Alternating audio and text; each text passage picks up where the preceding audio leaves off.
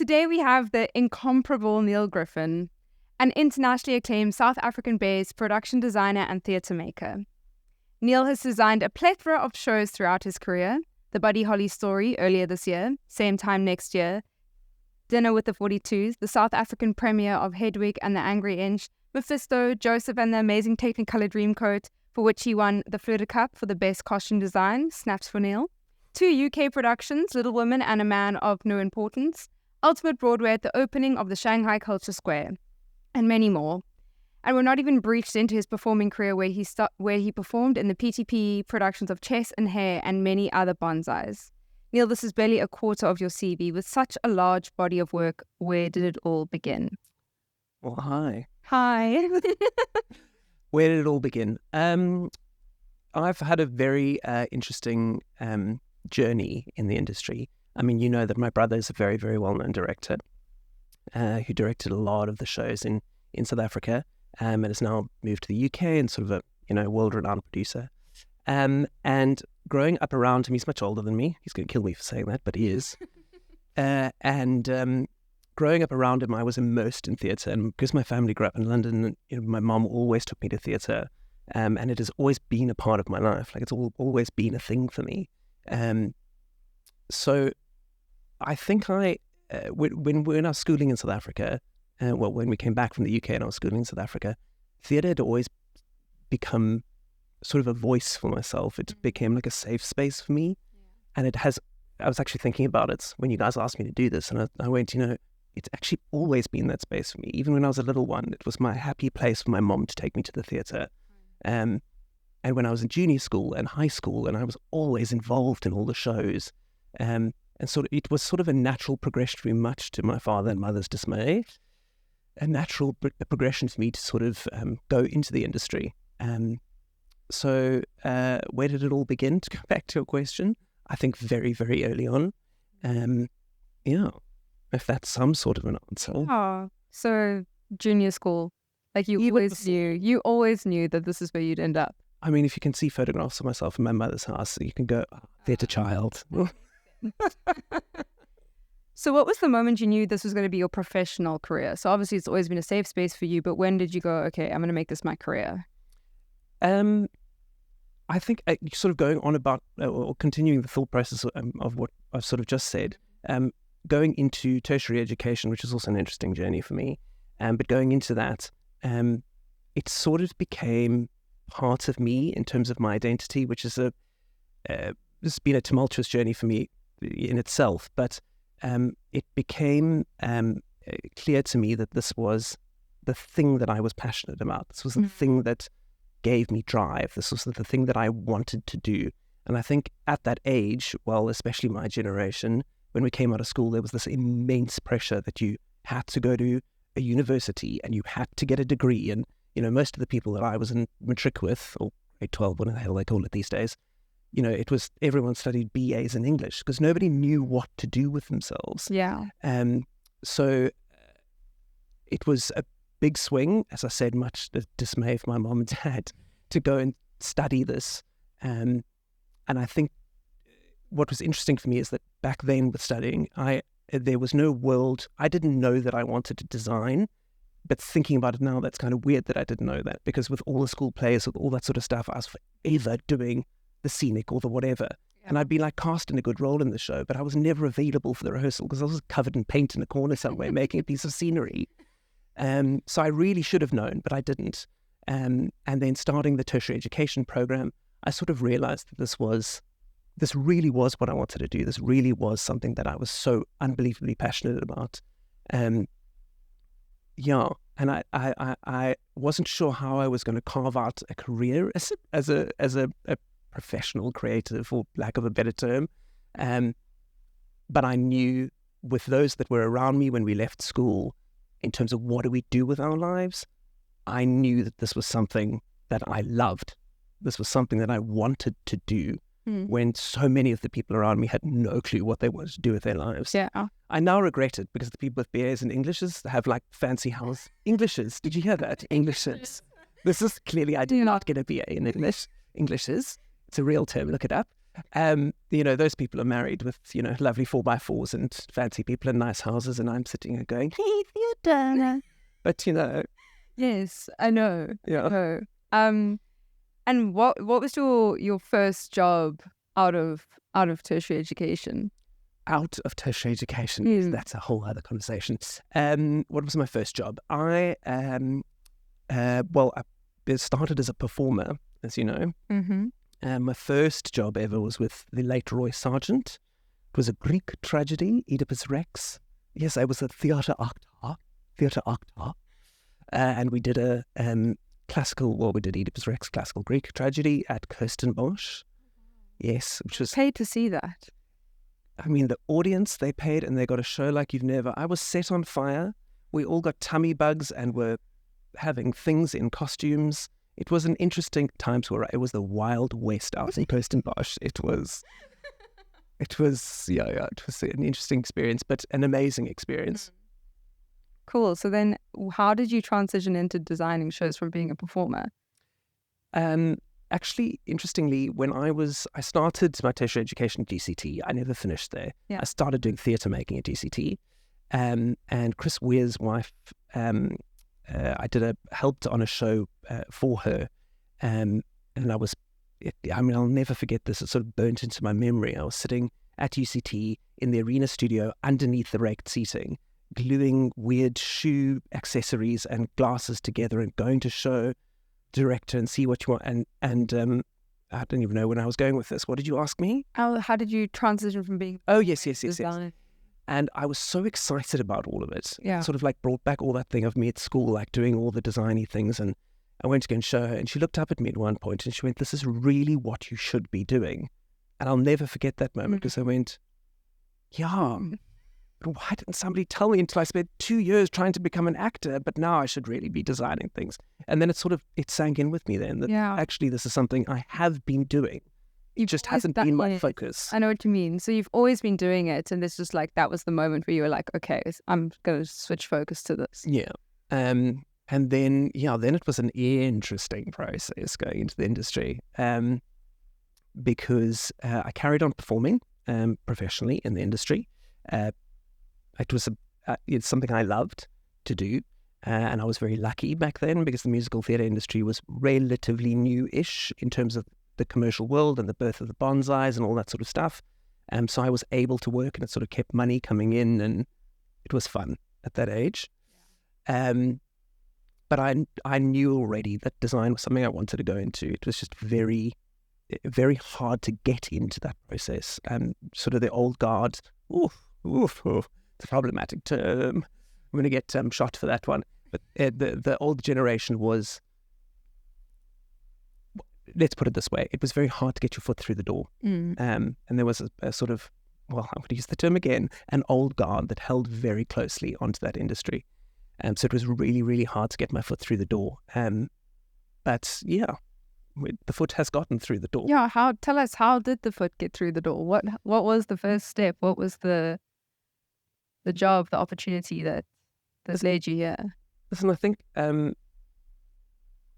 something that I sort of have come to sort of understand myself at my ripe old age is that something, I'm not, when we go to sort of like how to live one's life lovely and, do you hear the English again? My word, as a real English teacher. I swear I went to school, guys. In fact, I grew up in England, the land of the Queen in English, but it's okay. It's all right. What were we saying? What was the opportunity that led you to, like, what was the foot in the door for designing? Right. Yeah. I think the thing one of the things I will give myself, as I said to you, it's ripe old age. Oh, my word, English, it's just not happening today. Is that I've never given up, ever. I am a very, very stubborn human being. And I knew, your Capricorns, babe. I knew this is something I wanted to do, and I didn't know how I was going to do it. I didn't know how I was ever going to get my foot through the door. I don't know how I was ever going to get the right experience or learn enough, or I didn't know how I was going to do it, but I was just going to do it somehow. Yeah. And I've always at some point we can chat about sort of my tertiary education and my education into the design side of things.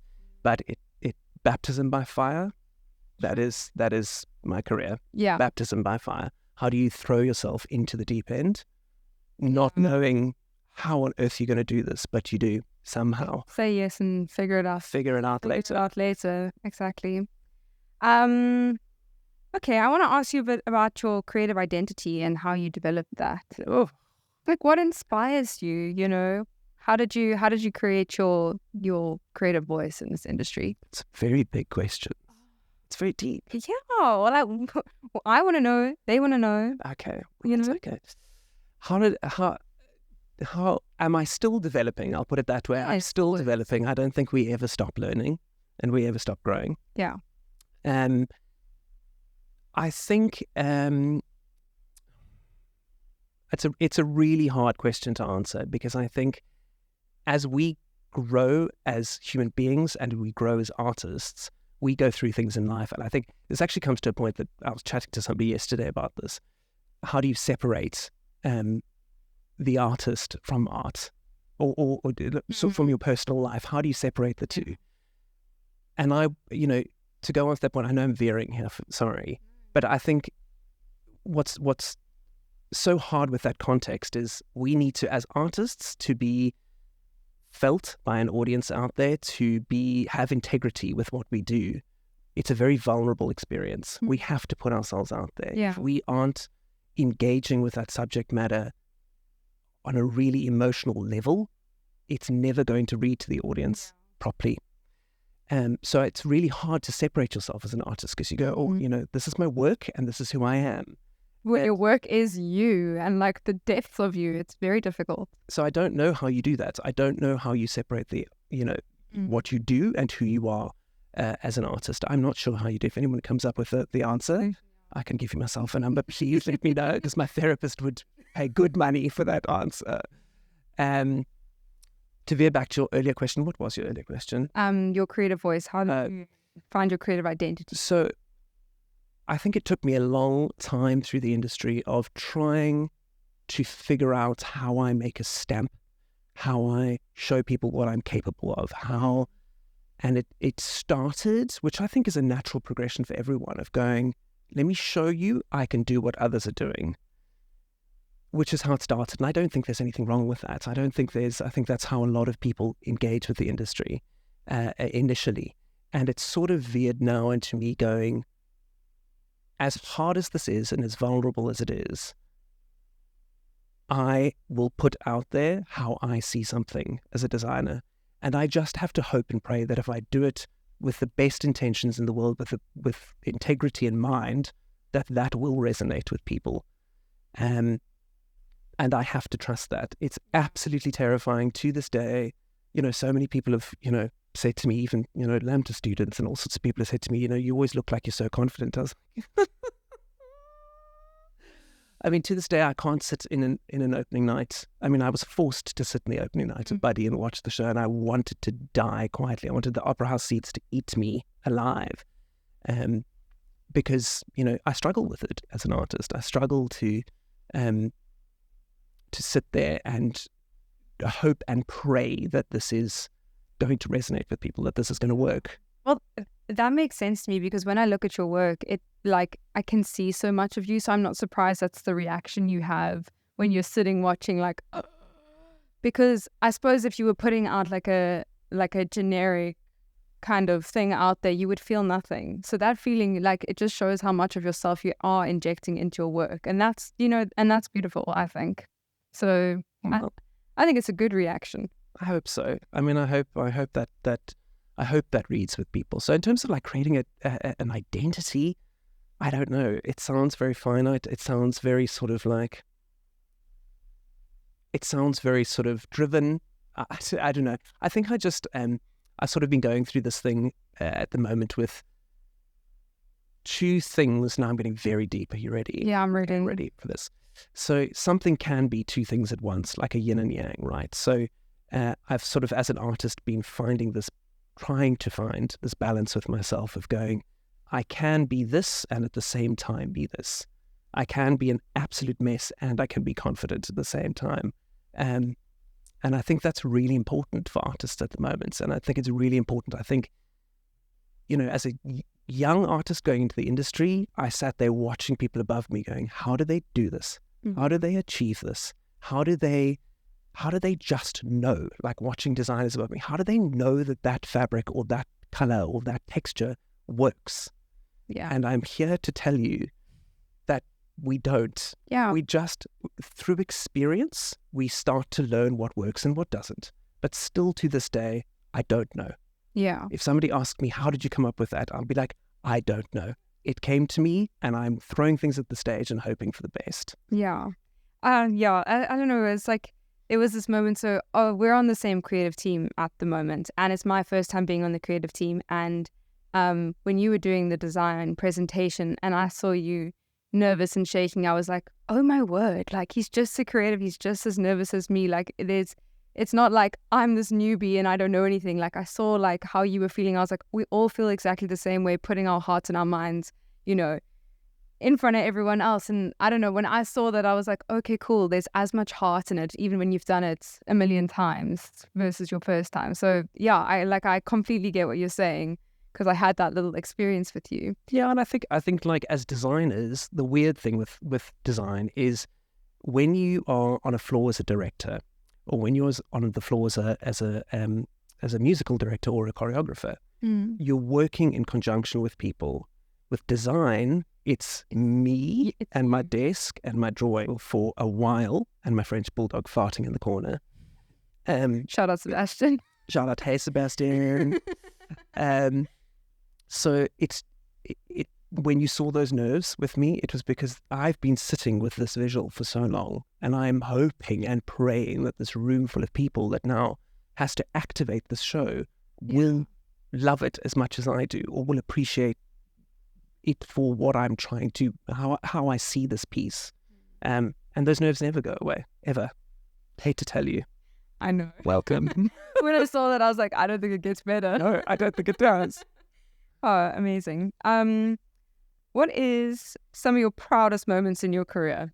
What are some of your proudest moments in your career? Have I affected you with English now? It's contagious. Yeah, it's real. It's real. What are some of the proudest moments? Listen, I think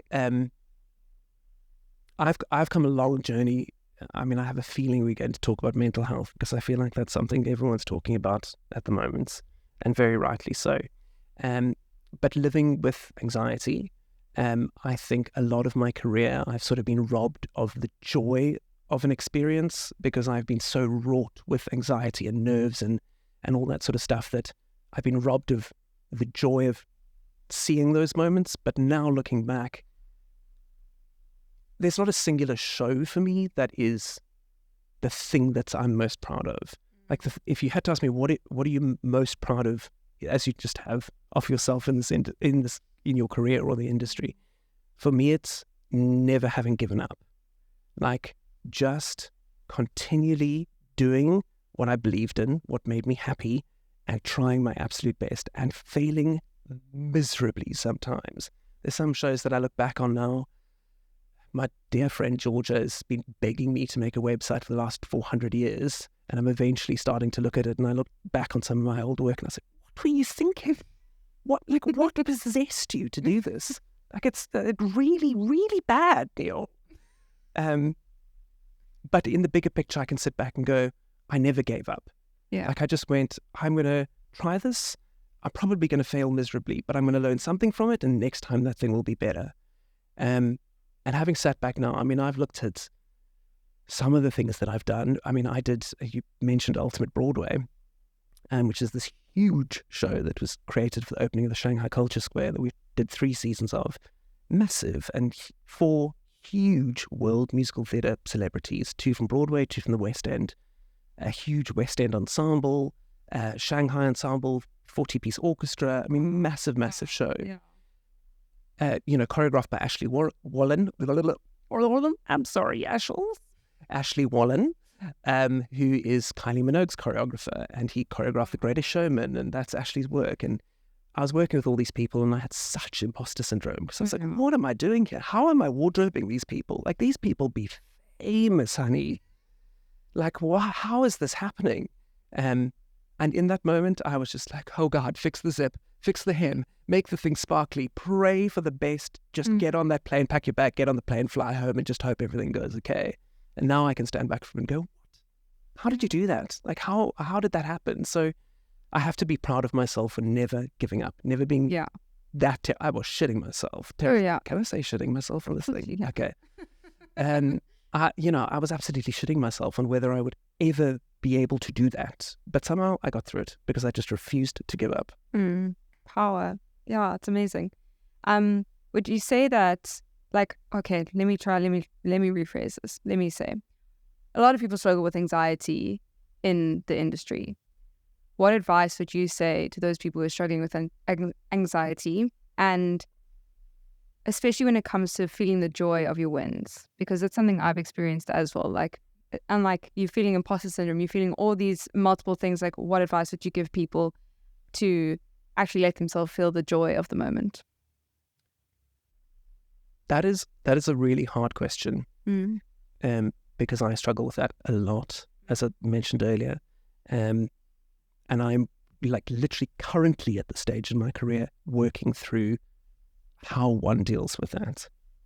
I think something that I've come to realize is, especially my generation and the generation above me, talking about things, being honest and communicating things with people was not a thing that you did. And because of that, we attached so much shame to having these feelings, because feeling inadequate made me inadequate. Well, it doesn't. It's natural and everyone goes through it. And I think we build up, with anxiety disorders, everyone's got a different version of the monster, but we build up so much in our head around what people are thinking, what people are saying, and I think if we can find a way to those people that are our safe space, that are with us, that we can go, I am feeling this as a sounding board, and they can go, you can let that go. Communicate with those people, be honest with those people that are your safe space, and they will hold you. Yeah. Because that's the thing with anxiety, right? It makes us feel so alone in the world, and we're actually not. Yeah. So alone while everyone else is going through exactly the same thing, but you're so in your head you can't even see it. It's crazy. So Niall, what does the future hold for you?